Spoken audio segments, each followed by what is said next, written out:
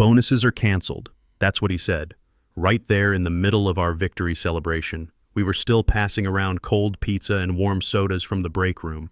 Everybody riding high because we just crushed our Q3 targets by 285%. Not 20%, not even 50%, 285%. You'd think we'd cured cancer with spreadsheets the way our operations floor was buzzing. My name's Wesley Harper. I'm 48, and I've been Director of Manufacturing Operations here for 14 years.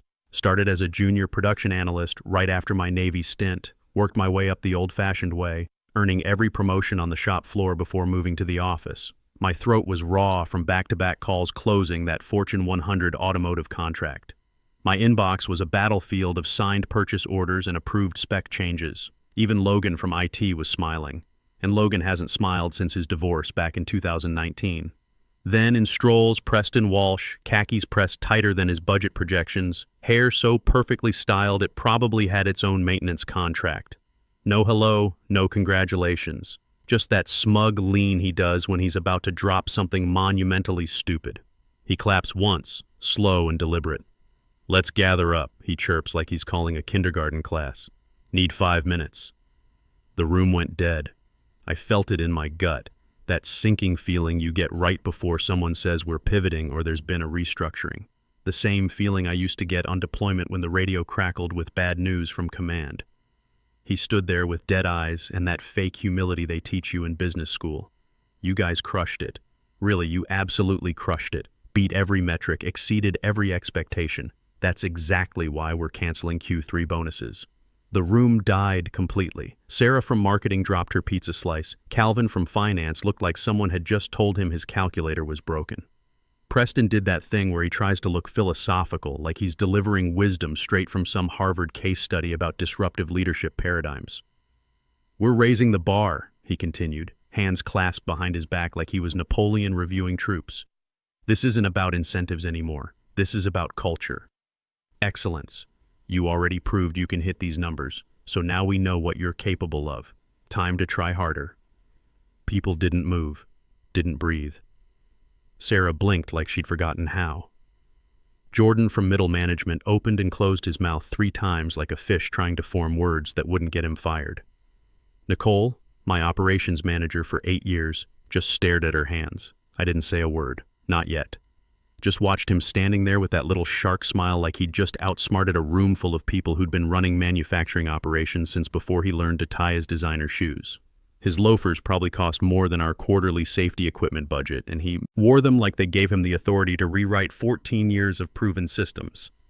I sipped my coffee, burned my tongue, didn't care. The bitter taste matched my mood perfectly. Then I smiled, not wide, just once.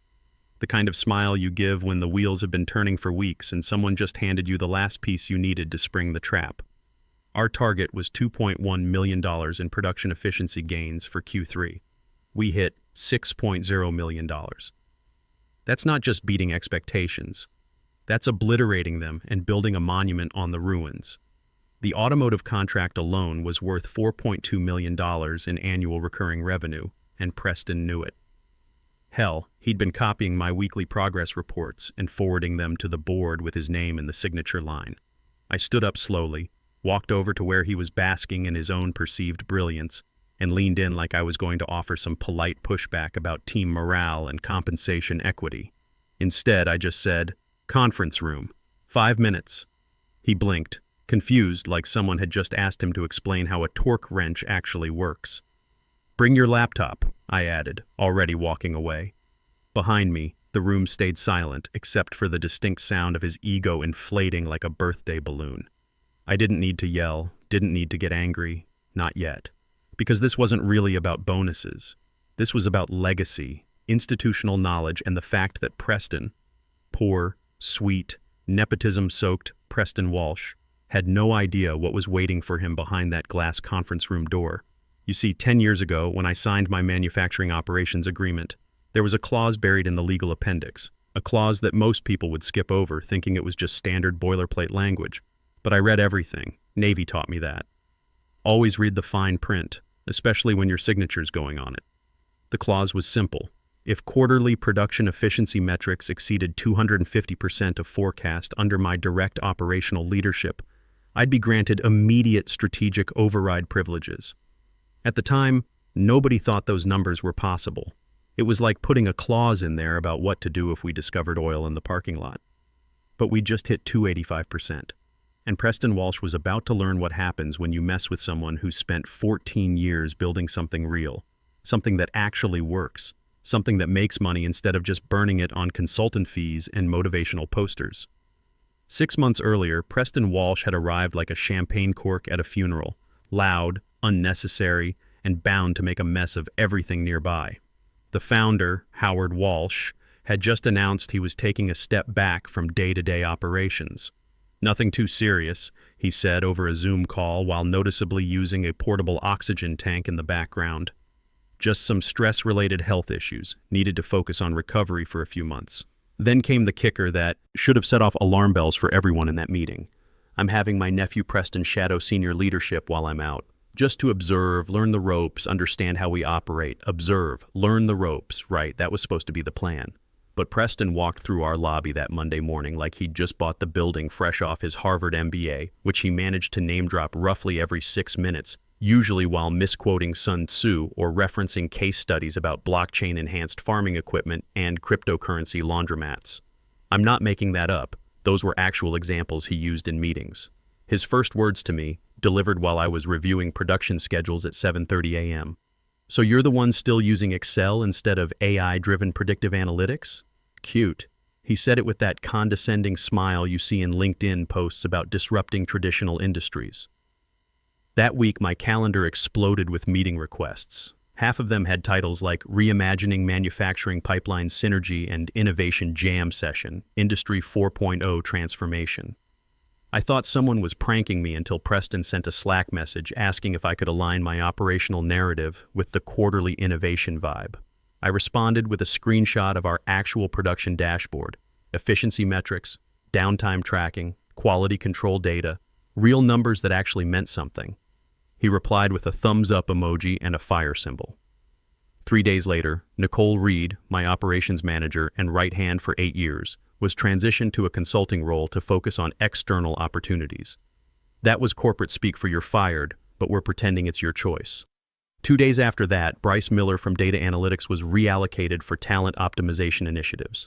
By the end of the first week, I was the only person left from the original manufacturing leadership team who didn't speak exclusively in pitch deck buzzwords or wear designer sneakers to production floor meetings. Preston started reshuffling departments like it was fantasy football draft day.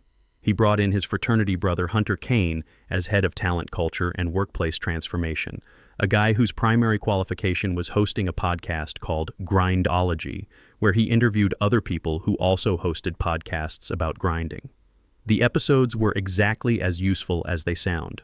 That was followed by a parade of consultants who looked like they'd never set foot in an actual manufacturing facility. Brand managers who brought ring lights to quarterly reviews.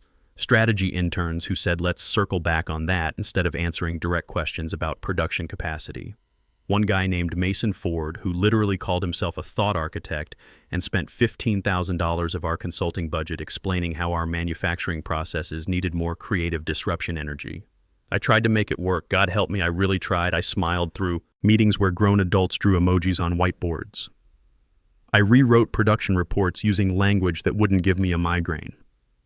I sat through Preston's mindshare briefings even when they involved discussing how we could gamify quality control metrics and leverage social media influencers to improve employee engagement on the factory floor.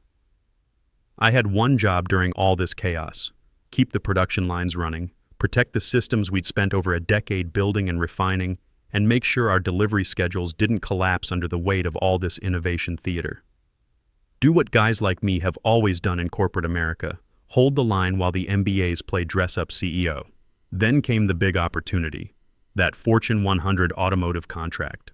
Ford Motor Company needed a precision parts supplier for their electric vehicle production line, and this was exactly the kind of high-volume, high-precision work we'd been positioning ourselves for over the past 5 years.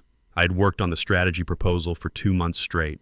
Nights, weekends, hell.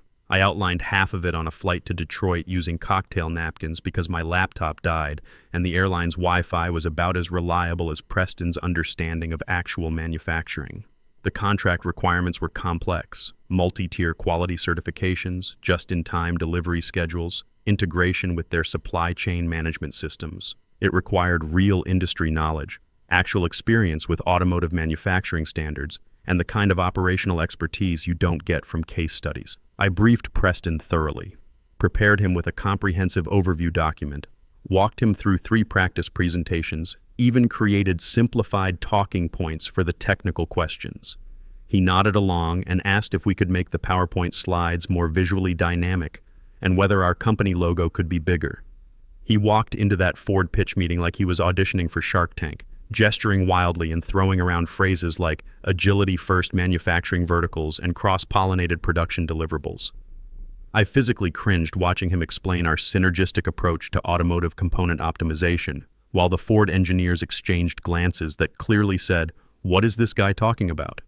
Somehow, by sheer force of market timing and the fact that my actual operational data spoke louder than his corporate word salad, we landed the contract.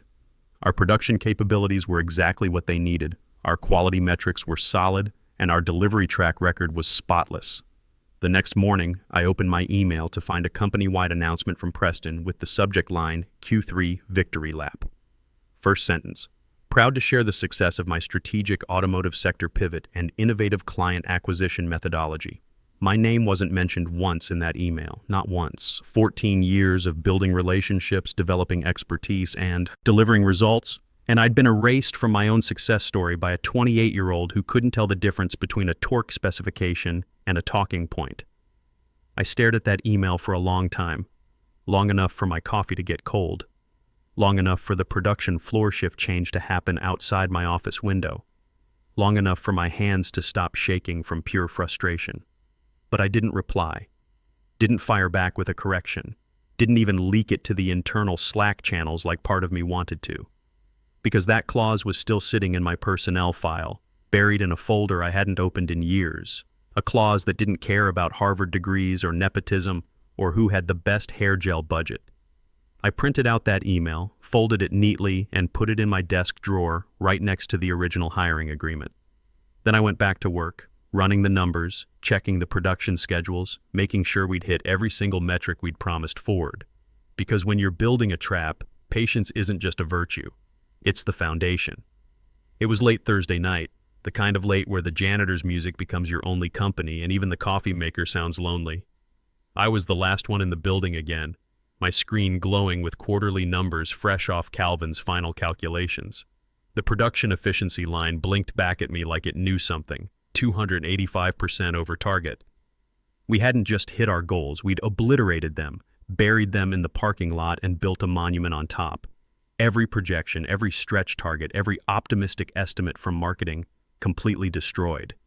The Ford contract wasn't just signed, it was expanding. They wanted us to handle components for 3 additional vehicle lines, with preliminary discussions about a $12 million annual partnership. My hands hovered over the keyboard. Not from fatigue, but from memory. 10 years ago, I'd signed my manufacturing operations agreement in this same office. Back when Howard still walked the production floor every morning, still knew the names of our machine operators, still cared about building things that lasted instead of just quarterly stock price bumps. That contract was drafted during a different era. Before the consultants, before the buzzword evangelists, before the company decided that culture could be purchased with kombucha on tap and meditation pods. I opened my personal files buried under years of NDAs and performance reviews, found it, the original hiring agreement, page 14, subsection C, footnote 2. I'd read it carefully back then because the Navy taught me to read every word of anything I was signing. Most people skip the appendices, think they're just standard legal boilerplate. But this wasn't boilerplate. If quarterly production efficiency metrics for manufacturing operations exceed 250% of forecast under the direct operational leadership of Wesley Harper, he shall be granted immediate and temporary strategic override privileges, including but not limited to voting presence in executive-level decisions pending board ratification.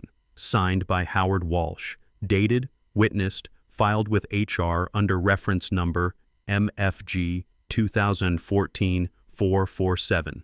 Still valid, still enforceable. I leaned back in my chair and stared at those words. The clause had been written back when hitting 250% seemed about as likely as discovering oil under the employee parking lot. It was supposed to be a motivational carrot, something generous sounding with zero risk. Legal decoration for a manufacturing director, they never expected to actually deliver those kinds of numbers. But we'd just hit 285%. And Preston Walsh was about to learn what happens when you underestimate someone who's spent 14 years turning theoretical targets into actual results. I printed the page on premium paper. Something about the weight made it feel more ceremonial. Highlighted the clause in thick yellow marker, then copied it again just to be thorough. Placed it in a folder with our Q3 performance report clipped behind it, every number verified and cross-checked. The next morning, I made 3 phone calls. First to Jessica Collins in legal, one of the few people in that department who'd survived Preston's organizational optimization. Her voice dropped to a whisper when I read the clause aloud. "That's still active?" she asked, sounding like someone who'd just realized they'd been sitting on a live grenade. "Yep. And our efficiency metrics hit 285.3%. Long pause. Then a low whistle. "Wesley, you're going to need a much bigger office." Second call went to our former compliance director, semi-retired and fishing somewhere in Montana. He remembered drafting the clause, laughed for a solid 30 seconds before saying, "Son, I hope you kept all the receipts for this one." Third call, I didn't make one. I sat with it, let the silence sink in. This wasn't about rushing. This was about timing. Move too fast and it looks personal, vindictive. But let Preston climb just a little higher. Let him plan one more condescending all-hands meeting, and the fall would have real impact. That folder stayed on my desk like a loaded weapon for exactly 3 days. Then came Monday morning's bonus announcement, and Preston handed me the perfect moment on a silver platter. After his performance should be baseline speech, I'd asked him to meet me in the conference room. Now we were face to face across that polished table, and Preston was already starting to fidget. He'd brought his laptop but hadn't opened it yet, probably expecting some kind of employee relations conversation about team morale. "So," he said, leaning back in his chair with that practiced casual confidence, "I get that people are disappointed about the bonus situation, but we need to focus on sustainable motivation models rather than—" "Preston," I interrupted quietly, "can you pull up the org chart for manufacturing operations?" He blinked, confused by the change in direction. "I mean, sure, but I don't see how that's relevant to humor me." He clicked around for a minute, clearly not sure where to find it. Finally got a PowerPoint slide up showing the department structure with his name at the top and mine somewhere in the middle tier. "Okay, here's the current leadership framework. As you can see, we've optimized the hierarchy for—" "Now pull up our Q3 performance metrics." More clicking. He found Calvin's summary report, the one showing our 285% efficiency gain. "Right, and these are obviously great numbers, which is exactly why we're raising expectations instead of just throwing money at—" "Preston." I slid the folder across the table. "Open it." He looked at the folder like it might contain his performance review, which in a way, it did. Flipped it open to the highlighted contract page, started reading, his confident expression slowly melting like ice cream in July. "I don't understand what I'm looking at here," he said, but his voice had lost that cocky edge. "That's my original hiring agreement. Subsection C, footnote 2. The highlighted part gives me strategic override authority when production efficiency exceeds 250% of forecast. We hit 285%. Howard's signature is right there at the bottom." Preston stared at the page like he was trying to read hieroglyphics. "But this is just some old contract language. Legal boilerplate. Nobody actually enforces. It's not boilerplate. It's a performance trigger clause, and it just got activated." I pulled out my phone. "I've already confirmed its validity with legal. Jessica's preparing the formal documentation as we speak." His face had gone from confused to pale to something approaching panic. "Look, Wesley, I think there might be some misunderstanding here about chain of command and organizational structure. Modern management doesn't really operate on these kinds of legacy." "Modern management," I said, closing the folder, "should probably read contracts before canceling bonuses for record-breaking performance." That's when I saw it. The exact moment when Preston realized he wasn't the smartest person in the room. Maybe never had been. His carefully constructed authority was built on quicksand, and the tide was coming in fast. I stood up and walked to the conference room door. Howard's joining us via video in 10 minutes. The department heads will be here too. I suggest you use that time to think about whether you want to handle this transition professionally.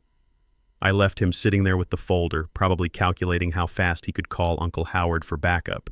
But Howard Walsh didn't get where he was by backing down from his own signature. And Preston was about to learn that when you're standing on someone else's foundation, they always hold the blueprints. 10 minutes later, the conference room filled with the quiet tension of a courtroom before verdict. Department heads trickled in, looking like they'd rather be anywhere else. Sarah from marketing sat down carefully, eyes darting between Preston and me. Calvin clutched his laptop like a shield. Logan from IT actually showed up early, which told me word was already spreading through the building. On the main screen, Howard Walsh's face appeared in that familiar corner tile. Still thin from his health issues, still using the oxygen tank, but his eyes were sharp as ever. The kind of sharp that built this company from 12 employees in a rented warehouse to 500 people across 3 facilities. Preston straightened in his chair, probably expecting Uncle Howard to straighten this whole mess out with a few words about family loyalty and chain of command. Maybe remind everyone who was really in charge here. "Morning, everyone," Howard said, his voice carrying that gravelly authority that came from 30 years of making decisions that actually mattered. His eyes swept the room, pausing on Preston before settling on me. "Wesley, I understand you have something important to discuss." I didn't waste time with pleasantries. Clicked the remote and brought up our Q3 performance slide. 285% efficiency improvement over forecast, $6 million in verified savings, Ford contract signed and expanding to 3 additional product lines. Howard nodded slowly. He'd seen these numbers already, but this wasn't about the numbers. This was about what came next. Additionally, I continued, I'd like to reference subsection C, footnote 2 of my 2014 manufacturing operations agreement.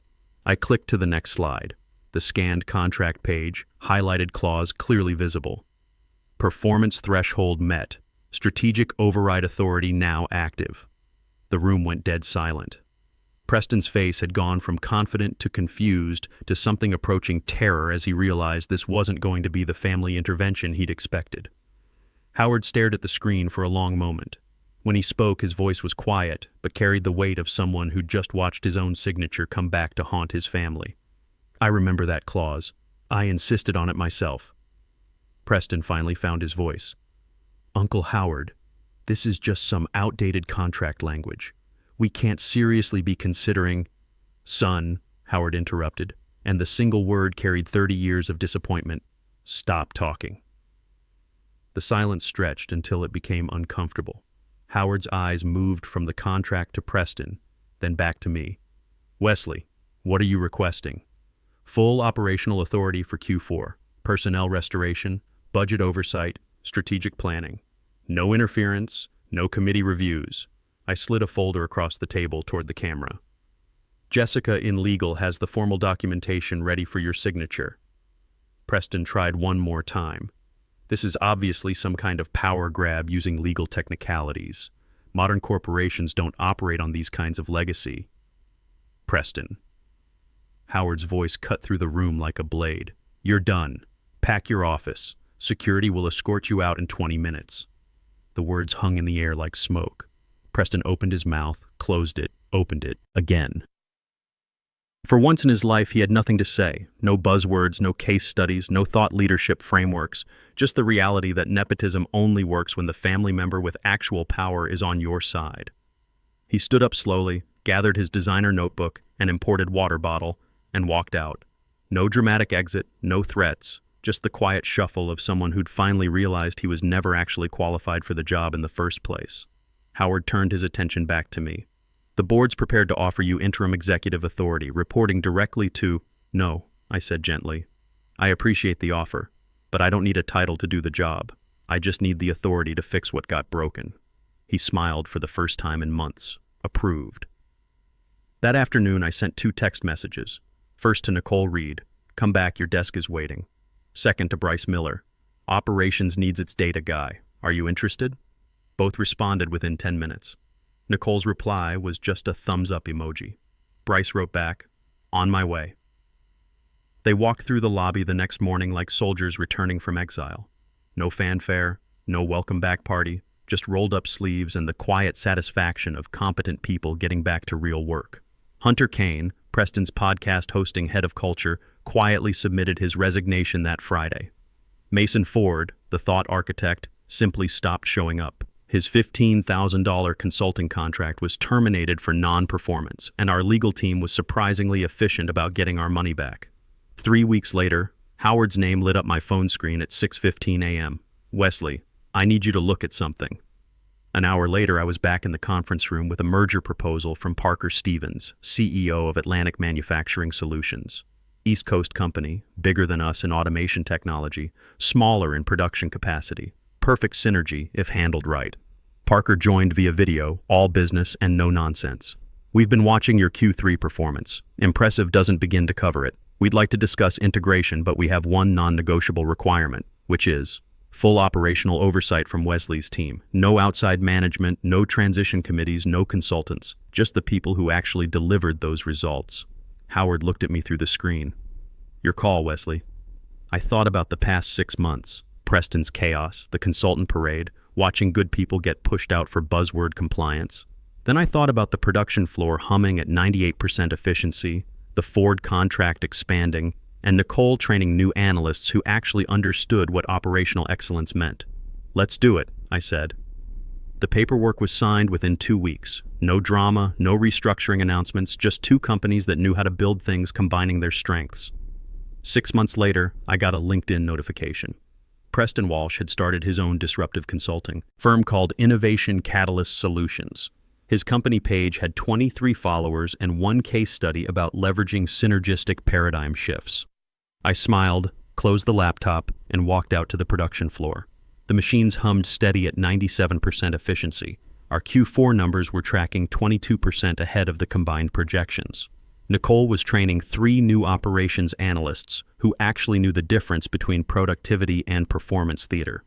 The Ford partnership had expanded into a 5-year strategic alliance worth $18 million annually. Sometimes the best revenge isn't dramatic. It's not about explosions or public humiliation or viral LinkedIn posts. Sometimes the best revenge is just being right, being competent, and watching incompetence burn itself out while you quietly build something that actually works. Preston learned to speak in buzzwords, but I learned to speak in results, and in the end, results always win. They just take a little longer to get there. The clause was never removed from my contract. Howard insisted on keeping it. Insurance policy, he called it, in case anyone else gets confused about who actually runs the operations around here. Fair enough, some foundations are worth protecting.